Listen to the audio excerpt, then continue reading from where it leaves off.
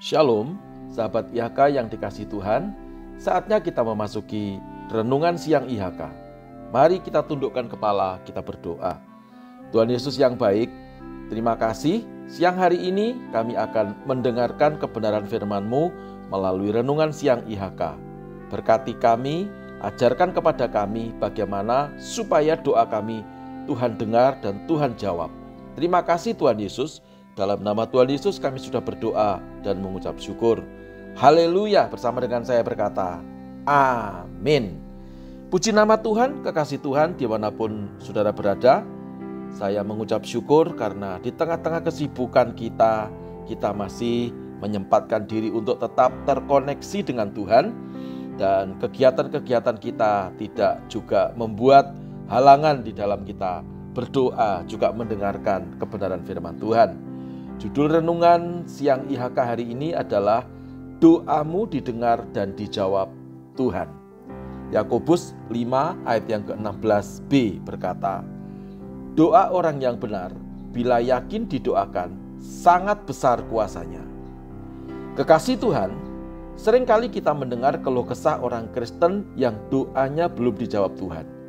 Padahal mereka yang sebelumnya begitu gigih dalam berdoa, semangat dan antusias sekali.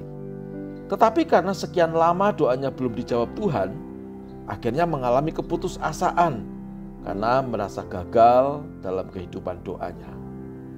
Saya tidak tahu apakah mereka sabar menantikan waktu Tuhan atau ada keperluan yang mendesak yang harus cepat diselesaikan sehingga dia mengalami keputusasaan. Ya, saya pun paham karena saya dulu juga pernah mengalami hal seperti ini. Tetapi firman Tuhan mengajarkan kepada kita untuk kita tetap berdoa dengan tiada berputus asa. Dan Tuhan akan membenarkan orang-orang pilihannya yang siang dan malam berseru kepadanya. Apakah benar ia mengulur-ulur waktu sebelum menolong kita? Coba saudara selidiki di dalam Lukas 18 ayat yang ke-7. Sebab itu janganlah mudah kehilangan semangat untuk berdoa. Ketika doa-doa kita belum mendapatkan jawaban dari Tuhan, tetaplah bersandar harap kepada Tuhan dan nantikan waktu Tuhan. Sebab waktu Tuhan berbeda dengan waktu kita. Waktu kita tentunya juga berbeda dengan waktunya Tuhan. Tuhan akan menjawab doa kita pasti karena firman-Nya ya dan amin. Tetapi sejalan dengan waktunya Tuhan, bukan waktu kita. Nah, kalau doa-doa kita tidak mendapatkan jawaban, jangan sekali-sekali menyalahkan Tuhan. Karena itu bukan salahnya Tuhan. Kita perlu memahami kalau Tuhan tidak menjawab doa kita, bukan berarti Dia tidak memperdulikan kita. Salah satu penyebabnya adalah ketika kita berdoa, kita tidak yakin kalau doa kita dijawab. Atau saya artikan atau istilahkan adalah doa dengan keraguan. Padahal firman Tuhan berkata doa orang benar bila yakin didoakan. Jadi harus mengundung unsur keyakinan, bukan mengandung unsur keraguan-raguan. Saudara-saudara, doa orang benar bila yakin didoakan sangat besar kuasanya. Saya ulang-ulang supaya kita semuanya tidak lupa akan firman ini. Nah, berikutnya, hidup benar itu bukan berarti tidak berbuat salah, karena di sini mengandung unsur doa orang benar. Jadi hidup benar itu bukan berarti orang tidak pernah berbuat salah. Kalau orang itu hidupnya benar terus, itu bukan orang, saudara-saudara. Nah, Tuhan memberikan satu pelajaran kepada kita untuk supaya kita tetap tinggal di dalam pertobatan, hidup di dalam pertobatan. Kalau kita melakukan kesalahan, bersegeralah minta ampun. Dan jangan saudara-saudara simpan kesalahan itu ditutup-tutupi, apalagi memakai ayat-ayat firman Tuhan untuk membenarkan diri dan membela kepada semua orang bahwa seolah-olah Anda tidak salah. Itu tidak benar di hadapan Tuhan. Nah, saudara-saudara, Tuhan mau kita minta ampun dan jangan diulangi lagi kesalahan itu. Itulah hakikat hidup benar. Nah, kalau hidup kita sudah benar di mata Tuhan, berikutnya adalah berdoalah dengan benar. Apa itu berdoa dengan benar? Yaitu berdoa yakin dengan keyakinan yang sungguh-sungguh.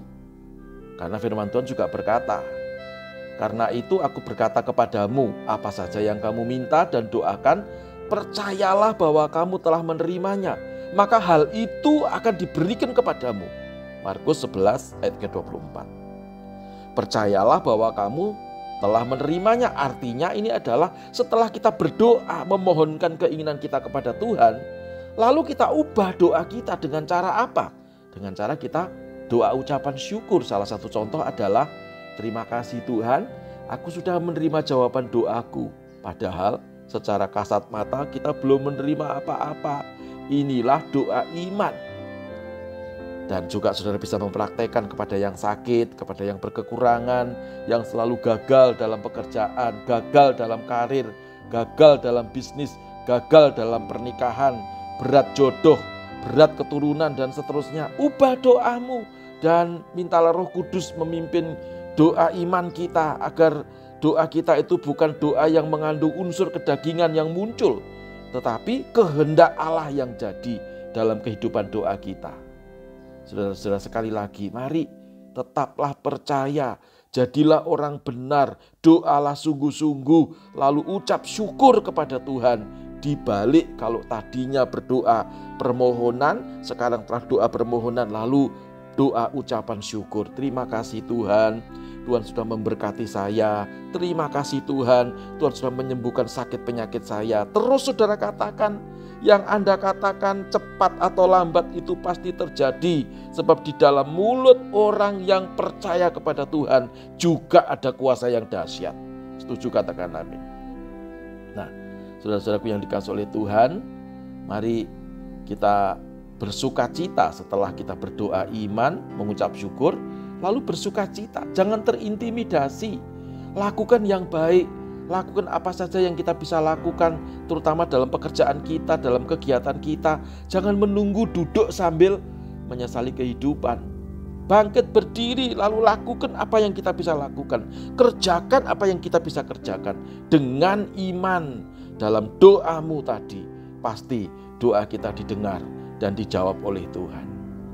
Yohanes 15 ayat yang ke-7. Jikalau kamu tinggal di dalam aku dan firmanku tinggal di dalam kamu, mintalah apa saja yang kamu kehendaki dan kamu akan menerimanya. Bukan mudah-mudahan menerimanya, tetapi akan menerimanya.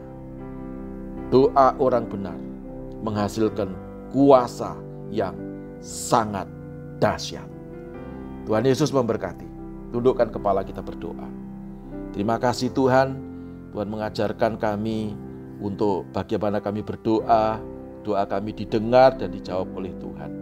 Terima kasih Roh Kudus, ajarkan kepada kami untuk tetap kami setia dan percaya kepada Tuhan. Dalam nama Yesus kami berdoa. Amin. Selamat siang saudara-saudara yang dikasihi oleh Tuhan, sahabat IHK dimanapun saudara berada.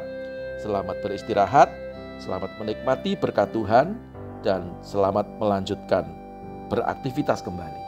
Tuhan Yesus memberkati kita semuanya. Salam IHK.